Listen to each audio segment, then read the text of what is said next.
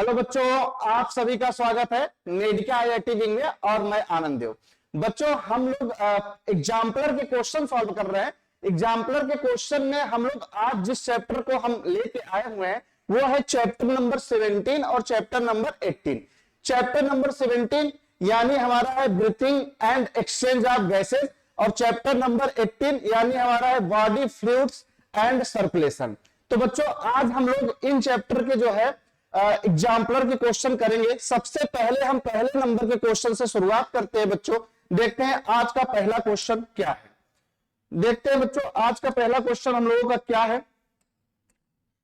पहला क्वेश्चन है, कह रहा है respiration in insects is called direct because.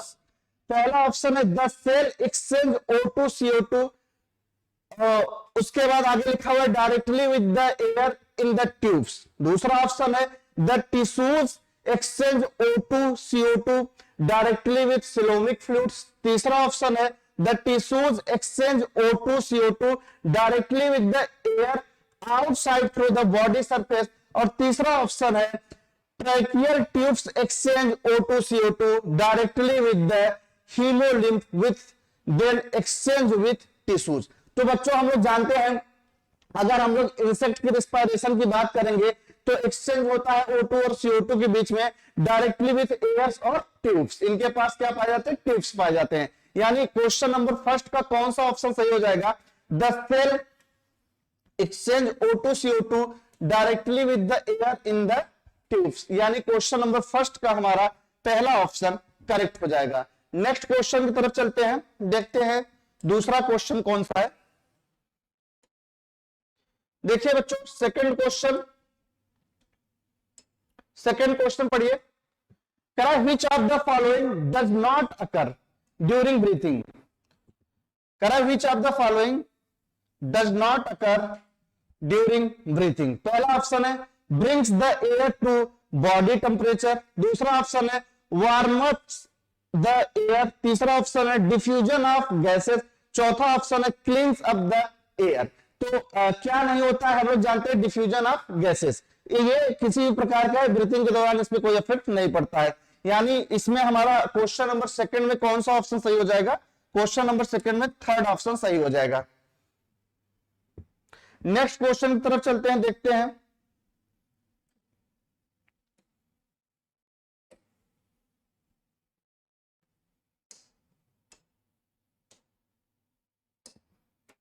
Next question देखिए, करा a person suffer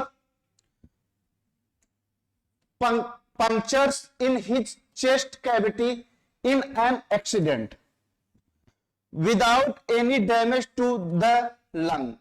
it's effect could be. पहला है reduced breathing rate.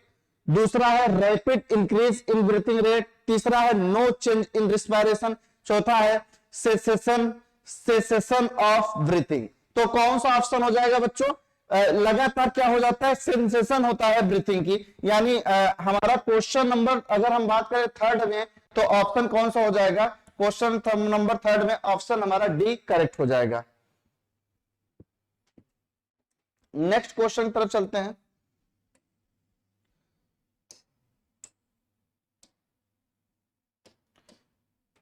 Question number 4 देखिए, करा it is known that expose to carbon monoxide is harmful to animals because. पहला option है it reduced CO2 transport. दूसरा option है it reduced O2 transport.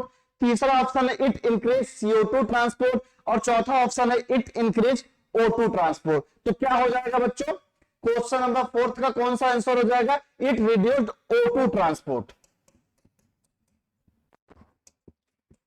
It reduce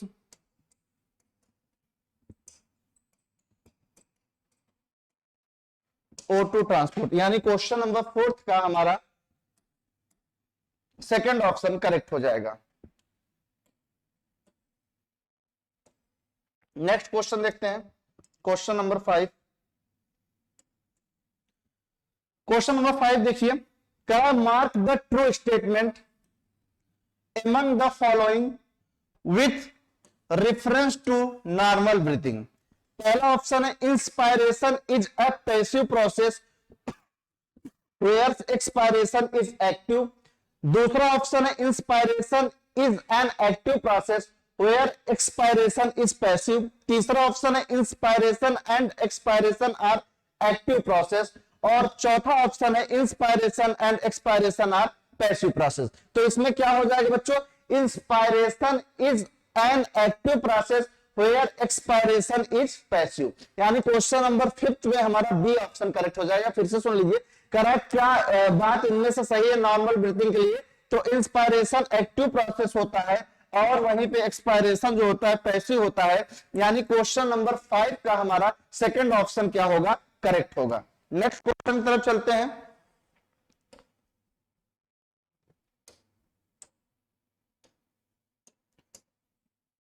question number 6 देखिए, a person breathe in some volume of air by forced inspiration after having a forced expiration, this quantity of air taken is in. क्या कहा जाएगा forceful expiration और inspiration को। Question number 6 में देखिए, पहला option है टोटल लंग कैपेसिटी, दूसरा ऑप्शन है टाइडल वॉल्यूम, तीसरा ऑप्शन है वाइटल कैपेसिटी और चौथा ऑप्शन है इंस्पायरेटरी कैपेसिटी। तो बच्चों हम लोग क्या बोलते हैं इसको बताइए, क्या बोलते हैं, वाइटल कैपेसिटी बोलते हैं।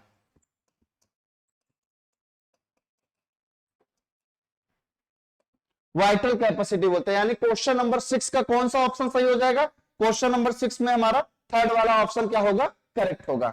नेक्स्ट क्वेश्चन की तरफ चलते हैं।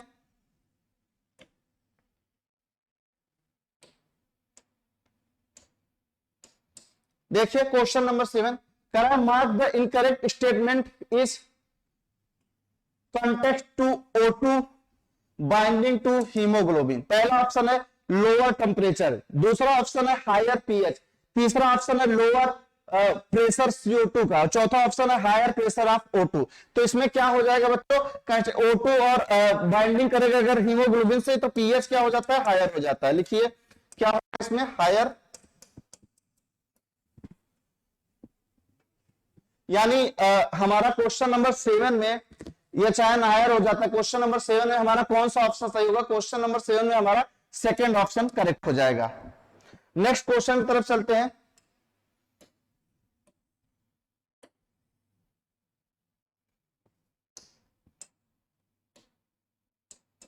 क्वेश्चन नंबर 8 देखिए, करा mark the correct pair of muscles involve in the normal breathing in human. पहला ऑप्शन है external and internal intercostal muscle, दूसरा ऑप्शन है डायफ्राम एंड एब्डोमिनल मसल, तीसरा ऑप्शन है diaphragm and external intercostal muscle, चौथा option है diaphragm and intercostal muscle. यानी question number 8 में क्या हो जाएगा, diaphragm and internal intercostal muscle. तो क्या हो जाएगा बच्चों इसमें, diaphragm and internal intercostal muscle. यानी क्वेश्चन नंबर 8 की अगर हम बात करें तो क्वेश्चन नंबर 8 में diaphragm and internal costal muscle, question number 8 का हमारा फोर्थ यानी डी वाला ऑप्शन क्या होगा, करेक्ट होगा। नेक्स्ट क्वेश्चन की तरफ चलते हैं।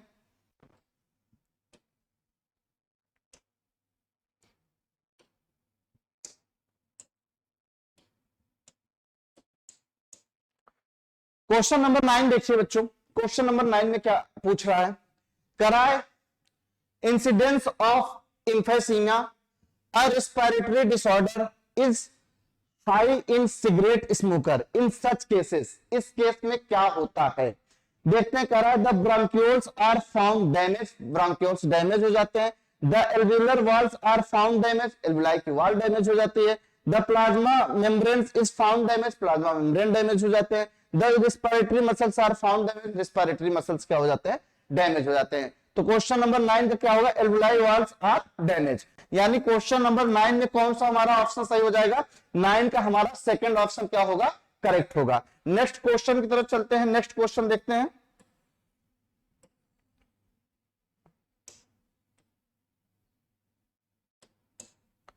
देखिए क्वेश्चन नंबर 10, क्वेश्चन नंबर 10 में क्या पूछ रहा है, respiratory process is regulated by a certain specialised centre in the brain.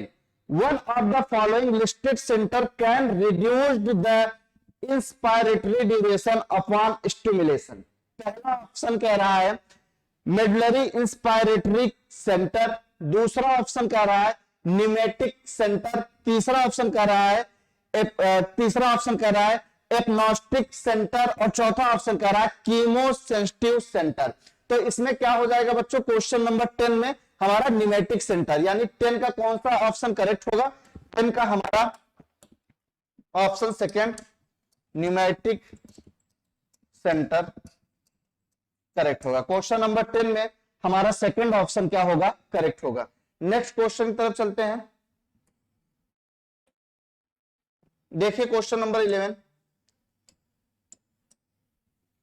करा C2 dissociates from CO2 dissociate from carbaminohemoglobin when PCO2 is higher and PO2 is low, PO2 is high and PCO2 is low, PCO2 and PO2 are equal, none of these।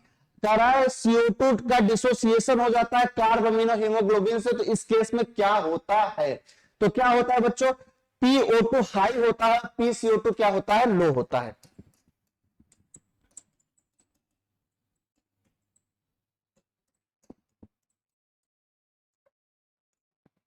तो इस according कौन सा option सही होगा, question number 11 का हमारा second option क्या हो जाएगा बच्चों, करेक्ट हो जाएगा।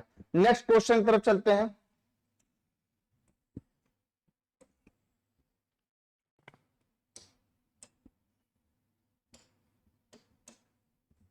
क्वेश्चन नंबर 12 देखिए, करा breathing movements air volume can be estimated by, करा अब ब्रीथिंग मूवमेंट के लिए एयर वॉल्यूम कैसे किससे एस्टिमेट करते हैं हम लोग। पहला ऑप्शन है स्टेथोस्कोप से, दूसरा ऑप्शन है हाइग्रोमीटर से, तीसरा ऑप्शन है स्फेग्मोमैनोमीटर से और चौथा ऑप्शन है स्पायरोमीटर से। तो हम लोग जानते हैं ब्रीथिंग को मूवमेंट को हम लोग किस एस्टिमेट से जो है स्पायरोमीटर से हम लोग जो है नापते हैं। तो क्वेश्चन नंबर 12 का कौन सा ऑप्शन सही हो जाएगा, क्वेश्चन नंबर 12 का डी ऑप्शन करेक्ट हो जाएगा। नेक्स्ट क्वेश्चन की तरफ चलते हैं।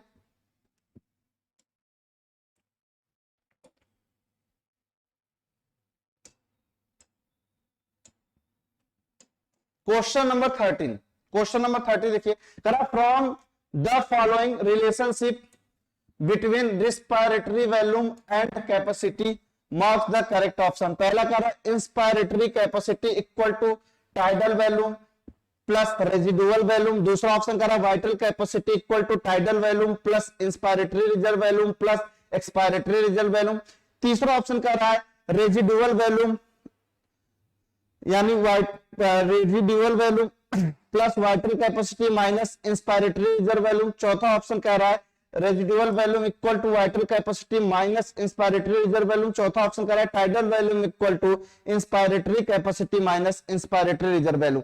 इन स्टेटमेंट में से बताना है कौन कौन सी बात सही है और कौन कौन सी बात गलत है बच्चों। तो बताना है, पहला ऑप्शन कह रहा है फर्स्ट इनकरेक्ट है, सेकंड जो है इनकरेक्ट है, थर्ड इनकरेक्ट है, फोर्थ करेक्ट है। दूसरा ऑप्शन कह रहा है फर्स्ट इनकरेक्ट है, सेकंड करेक्ट है, थर्ड इनकरेक्ट है, फोर्थ करेक्ट है। चौथा ऑप्शन कह रहा है फर्स्ट करेक्ट है, सेकंड करेक्ट है, थर्ड इनकरेक्ट है और फोर्थ इनकरेक्ट है।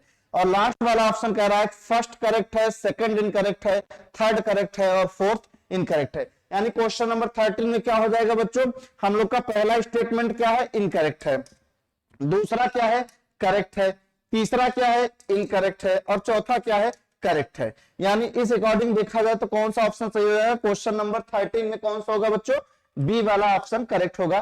First incorrect, second correct, third incorrect और फोर्थ करेक्ट। नेक्स्ट क्वेश्चन की तरफ चलते हैं। नेक्स्ट क्वेश्चन देखते हैं कौन सा है।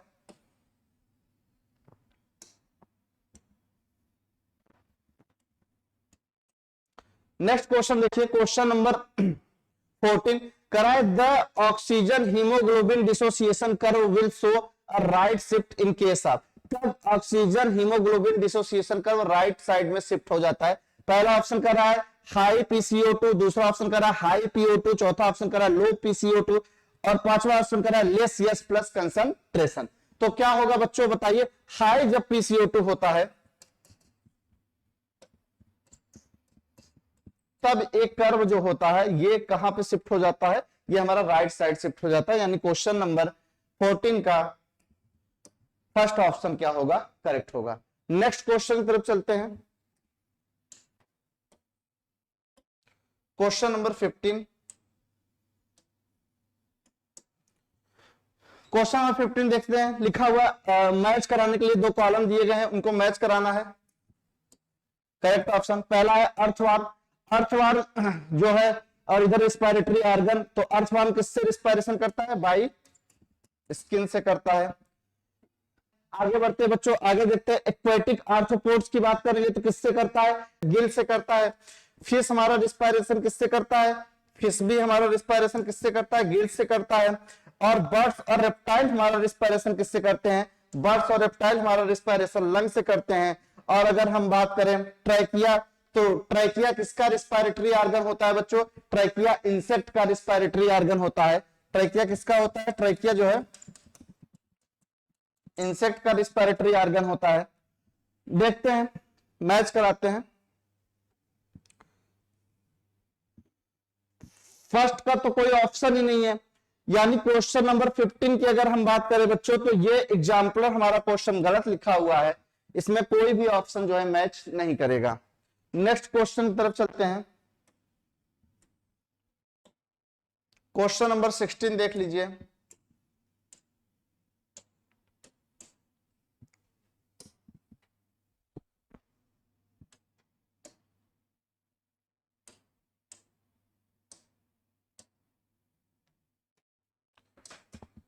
क्वेश्चन नंबर 16 देखिए, कह रहा है which of the following cells does not exhibit phagocytic activity. इनमें से कौन सा कह रहा है कि सेल्स नहीं एक्सिबिट करता है क्या फाइगोसिटिक एक्टिविटी, फाइगोसिटिक नेचर को।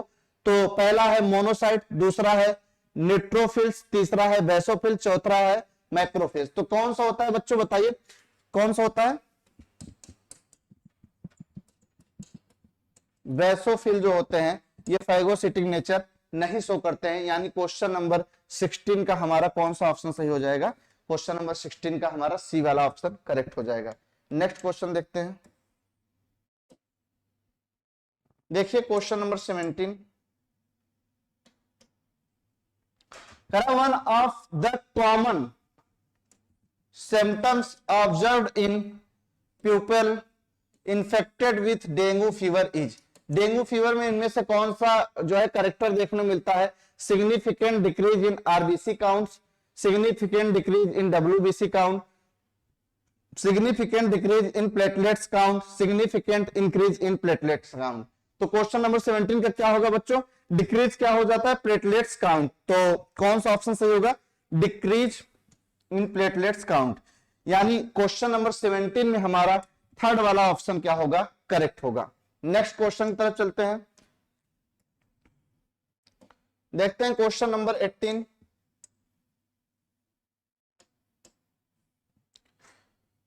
करा which among the following is correct during each cardiac cycle. प्रत्येक कार्डियक साइकिल के लिए कौन सी बात सही है। पहला option, the volume of blood pumped out by the right and left ventricles is same. दूसरा option, the volume of blood pump out by the right and left ventricle is different. तीसरा option, the volume of blood received by each atrium is different. तीसरा option, the volume of blood received by the aorta and pulmonary artery is different. तो कौन सा option सही होगा बच्चों, correct बताना cardiac cycle के लिए। कार्डियक साइकिल के लिए volume of blood pump out by the right and left ventricles is same, यानी हमारा क्वेश्चन नंबर 18 का फर्स्ट ऑप्शन क्या होगा, करेक्ट होगा। नेक्स्ट क्वेश्चन की तरफ चलते हैं। क्वेश्चन नंबर 19 देखिए,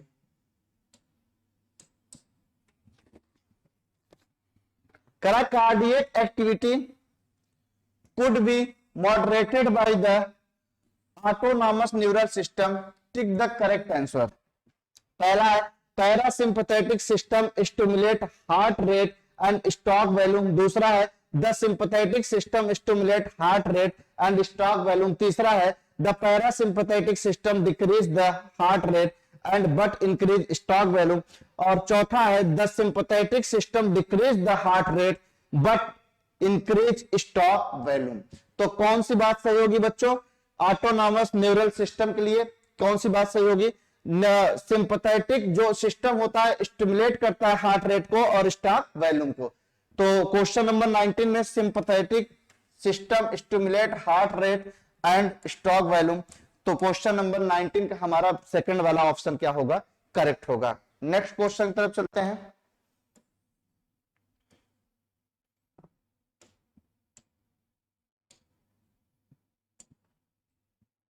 क्वेश्चन नंबर 20 कर रहा है mark the pair of substances among the following which is essential for coagulation of blood. पहला हिपेरिन एंड कैल्शियम आयन जरूरी है, दूसरा heparin ion and platelets factor जरूरी है, तीसरा ऑक्जेलेट्स एंड सिट्रेट्स जरूरी है, चौथा प्लेटलेट फैक्टर एंड हिपेरिन ये जरूरी है। तो कौन सा ऑप्शन सही हो जाएगा बच्चों? कह रहा है कि mark the pair of substance among the following which is essential for coagulation of blood. Coagulation of blood के लिए कौन सी बात सही होगी? कैल्शियम आयन और प्लेटलेट्स फैक्टर बहुत जरूरी होता है। कौन से बेटा? Calcium ion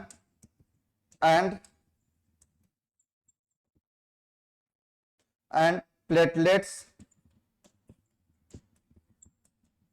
factors, calcium and platelets factor, यानी क्वेश्चन नंबर 20 का सेकंड ऑप्शन क्या होगा? करेक्ट होगा। नेक्स्ट क्वेश्चन पर चलते हैं। 21 देखिए।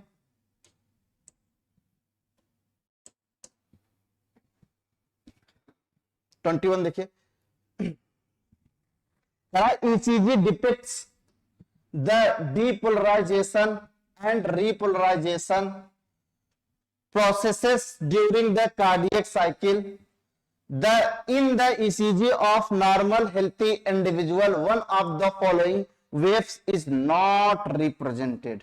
पहला ऑप्शन है डीपोलराइजेशन ऑफ आर्टरिया, दूसरा ऑप्शन है रिपोलराइजेशन ऑफ आर्टरिया, तीसरा ऑप्शन है डीपोलराइजेशन ऑफ वेंट्रिकल, चौथा ऑप्शन है repolarisation of ventricle.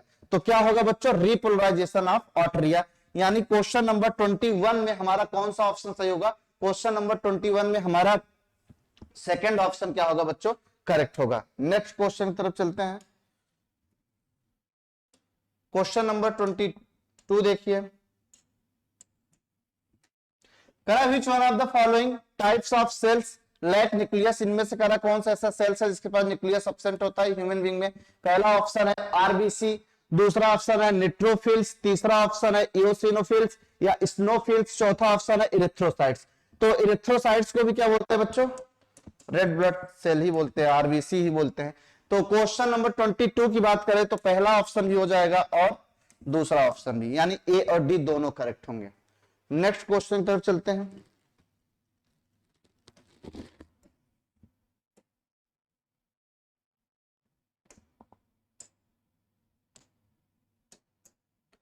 Question number 23 देखिए। करा which one of the following blood cells is involve in antibody production. पहला बी लिम्फोसाइट्स, दूसरा टी लिम्फोसाइट्स, तीसरा आरबीसी और चौथा न्यूट्रोफिल्स। तो क्वेश्चन नंबर 23 में कौन सा हो जाएगा बच्चों? एंटीबॉडी प्रोडक्शन के लिए कौन से जिम्मेदार होता है? B lymphocytes. तो क्वेश्चन नंबर 23 का कौन सा ऑप्शन सही हो जाएगा? ऑप्शन फर्स्ट इसमें 23 में करेक्ट हो जाएगा। नेक्स्ट क्वेश्चन की तरफ चलते हैं। क्वेश्चन नंबर 24 देखिए। क्वेश्चन नंबर 24 देखिए क्या कह रहा है? कह रहा है the cardiac impulse is initiated and conducted further up to ventral. The correct sequence of conduction of impulses is. Correct sequence बताना कार्डियक इंपल्स का शुरू होता है और लास्ट तक कहां तक जाता है। तो पहला SA node, AB node, Purkinje fibre, AB bundle. दूसरा ऑप्शन है SA node, Purkinje fibre, AB nodes, AB bundle. तीसरा ऑप्शन है SA nodes, AB nodes, AB bundle, Purkinje fibre. चौथा ऑप्शन है SA nodes, Purkinje fibre, AB bundles और AB nodes. तो कौन सा ऑप्शन सही होगा बच्चों? यस नोड्स कहा जाता है, एबी नोड्स कहा जाता है एबी बंडल्स, और एबी बंडल्स कहा जाता है प्रोकेंजी फाइबर। यानी यस नोड जाएगा, फिर उसके बाद कहा जाएगा एबी नोड जाएगा, फिर कहा जाएगा एबी बंडल जाएगा, फिर कहा जाएगा पुरकिंजे फाइबर जाएगा। यानी क्वेश्चन नंबर 24 की अगर हम लोग बात करें तो इस अकॉर्डिंग कौन सा ऑप्शन सही हो जाएगा? क्वेश्चन नंबर 24 में हमारा सी वाला ऑप्शन क्या होगा बच्चों? करेक्ट होगा। नेक्स्ट क्वेश्चन की तरफ चलते हैं। नेक्स्ट क्वेश्चन देखिए, क्वेश्चन नंबर 25 करा, agranulocytes responsible for immune response of the body are. पहला बेसोफिल्स, दूसरा न्यूट्रोफिल्स, तीसरा स्नोफिल्स, चौथा लिम्फोसाइट्स। फिर से सुन लीजिए, करा agranulocytes responsible for immune response of the body are. पहला ऑप्शन है बेसोफिल्स, दूसरा ऑप्शन है न्यूट्रोफिल्स, तीसरा ऑप्शन है स्नोफिल्स, चौथा ऑप्शन है लिम्फोसाइट्स। तो क्या होगा बच्चों? Response are lymphocytes. यानी क्वेश्चन नंबर 25 का कौन सा ऑप्शन सही होगा? 25 का डी वाला ऑप्शन क्या होगा? करेक्ट होगा। नेक्स्ट क्वेश्चन की तरफ चलते हैं। देखिए question number 26, the second heart sound is associated with the closure of. The second heart यानी dub is associated with the closure of tricuspid valve. Second heart sound कब आता है? जब ट्राइकस्पिड वाल्व बंद होता है, कि सेमिलुनर वाल्व, कि बाइकस्पिड वाल्व, कि ट्राइकस्पिड एंड बाइकस्पिड वाल्व दोनों। पहला ऑप्शन फिर से सुनिए, करा the second heart sound is associated with the closure of tricuspid valve. पहला ऑप्शन, दूसरा ऑप्शन सेमिलुनर वाल्व, तीसरा ऑप्शन बाइकस्पिड वाल्व, और चौथा ऑप्शन कह रहा है ट्राइकस्पिड एंड बाइकस्पिड वाल्व दोनों। तो क्या होगा बच्चों? हम लोग जानते हैं क्वेश्चन नंबर 26 का, बताइए क्या होगा? Semilunar valves. यानी क्वेश्चन नंबर 26 में कौन सा ऑप्शन सही होगा? क्वेश्चन नंबर 26 में बी वाला ऑप्शन क्या होगा? करेक्ट होगा। नेक्स्ट क्वेश्चन की तरफ चलते हैं।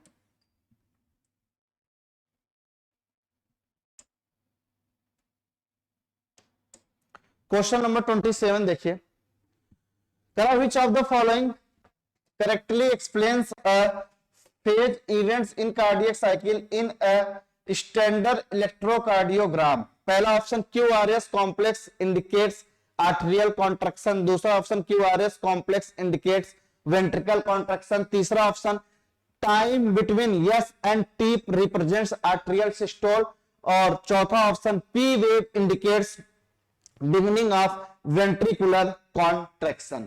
तो कौन सा ऑप्शन सही होगा बच्चों? QRS complexes indicates ventricular contraction. यानी 27 का हमारा अगर हम लोग बात करें तो बी वाला ऑप्शन करेक्ट हो जाएगा। QRS complexes indicates ventricular contraction. यानी 27, क्वेश्चन नंबर 27 में हमारा बी वाला ऑप्शन क्या होगा बच्चों? करेक्ट होगा। नेक्स्ट क्वेश्चन की तरफ चलते हैं।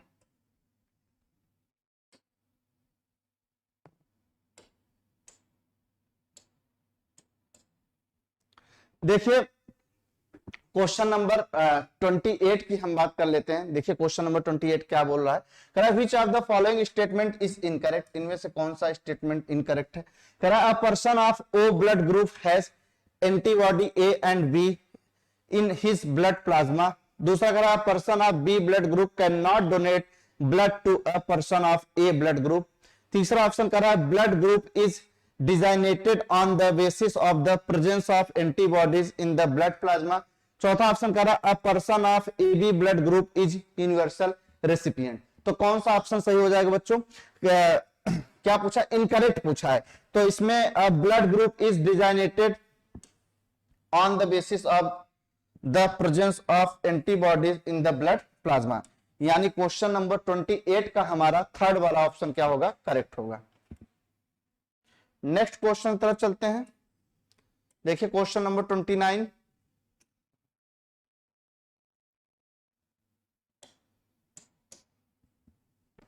करा what would be the cardiac output of a person having 72 heart beat per minute and a stroke volume is 50 ml। Heart beat कह रहा है कितना है 72 है पर मिनट, और स्टॉक वॉल्यूम कितना कह रहा है 50 है। तो उसके बाद कह रहा है कि कितना ml हमारा जो है आएगा, तो कितना आएगा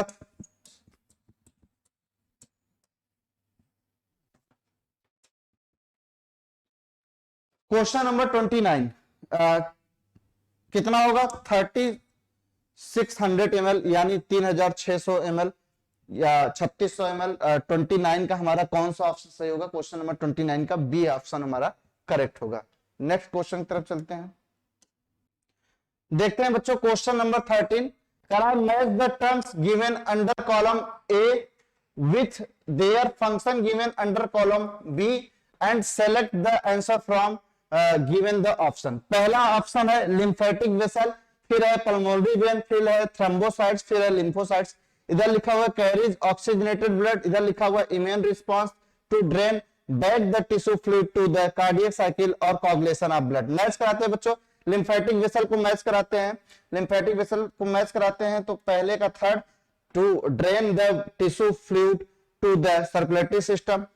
सेकंड को मैच कराते हैं पल्मोनरी वेन को, पल्मोनरी वेन को मैच कराते हैं कैरी ऑक्सीजनेटेड ब्लड, यानी सेकंड का फर्स्ट हो जाएगा। थर्ड को मैच कराते हैं थ्रोम्बोसाइट्स, थ्रोम्बोसाइट्स यानी कोगुलेशन ऑफ ब्लड, थर्ड का फोर्थ हो जाएगा। और लिम्फोसाइट्स को मैच कराते हैं लिम्फोसाइट्स इम्यून रिस्पांस, डी का हमारा सेकंड हो जाएगा। तो इस हिसाब से देखें ए हमारा क्या है थर्ड है, बी हमारा क्या है फर्स्ट है, सी क्या है फोर्थ है और डी क्या है सेकंड है।